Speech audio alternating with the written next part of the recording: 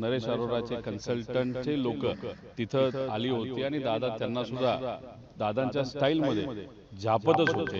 गेल्या 4 महिन्यामध्ये दादा एकटे पडल्यासारखे आम्हाला सगळ्यांना वाटत होते। काही ठराविक आमदार आणि काही पदाधिकारी हे मात्र दादांच्या बाजूने बोलताना आपण बघत होतो, पण पदाधिकारी मोठ्या लेवलचे देश पातळीचे आणि राज्य पातळीवरचे मात्र दादांच्या बाजूने न बोलत होते न दादांबरोबर प्रचाराला त्या ठिकाणी फिरत होते। म्हणजे तुम्हाला नरेश अरोरा असं म्हणायचं का? नरेश अरोरा असं म्हणायचं का? कन्सल्टंट सर्वे पुरते ठेवा असं दादांचं म्हणणं होतं। कन्सल्टंट म्हणजे ते नरेश अरोरा आहेत का? उपयोग नाही आणि मी काय राजकीय सल्ले घेऊन पक्ष चालवणार नाही अशी दादांची भूमिका होती। त्यामध्ये दादांचा आवाज देखील मोठा येत होता असं माहिती समोर येत आहे।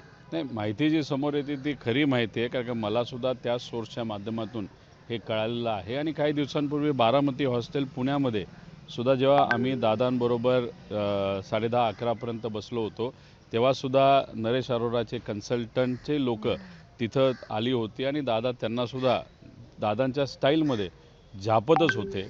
आणि 27 तारखेला सुद्धा नरेश अरोराच्या वतीने नरेश अरोराला कॉन्ट्रॅक्ट तसाच ठेवला गेला पाहिजे। नरेश अरोराचा शेकडो कोटीचा कॉन्ट्रॅक्ट जिवंत ठेवून त्या नरेश अरोराला तिथं पैसे दिलेच गेले पाहिजे अशी भूमिका काही ठराविक नेत्यांची 27 तारखेच्या बैठकीमध्ये होती, पण त्याच्या विरोधातली भूमिका ही अजितदादांची होती। नरेश अरोराची 27 तारखेचा तुम्ही आता कॉन्ट्रॅक्टचा जो उल्लेख केला नरेश अरोरांचा, तेच कॉन्ट्रॅक्टसाठी सुनील तटकरे तिथे आलेले होते का आणि सुनील तटकरे त्याच अनुषंगाने बोलत होते का? असा अंदाज आहे। आणि राईस मिलच्या फाईलवर सही झाली होती शेवटची।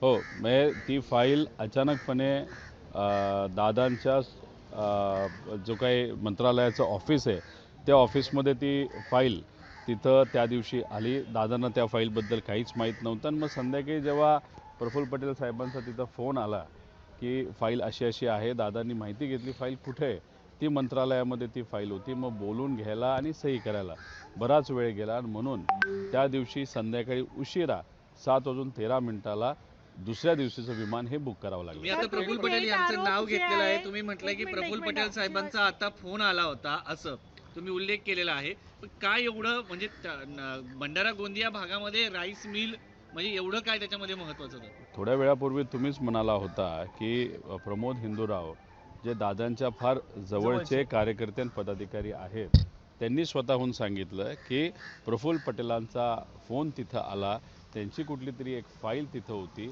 फाईल आणण्यात आणि सही करण्यात वेळ गेला म्हणून दादा जे गाडीली जाणार होते असे प्रमोदरावच त्या ठिकाणी बोलत आहेत, त्यांना गाडीली न जाता त्यांना विमानाली जावं लागलं। त्यामुळे त्यांची लोकंसुद्धा आता बोलायला लागलेली आहेत। म्हणजे दादांच्या बाजूने कोणीतरी आज बोलतंय हे बघून खूप मनापासून तिथं आनंद झाला, कारण गेल्या 4 महिन्यामध्ये दादा एकटे पडल्यासारखे आम्हाला सगळ्यांना वाटत होते। काही ठराविक आमदार आणि काही पदाधिकारी हे मात्र दादांच्या बाजूने बोलताना आपण बघत होतो, पण पदाधिकारी मोठ्या लेवलचे देश पातळीचे आणि राज्य पातळीवरचे मात्र दादांच्या बाजूने न बोलत होते न दादांबरोबर प्रचाराला त्या ठिकाणी फिरत होते।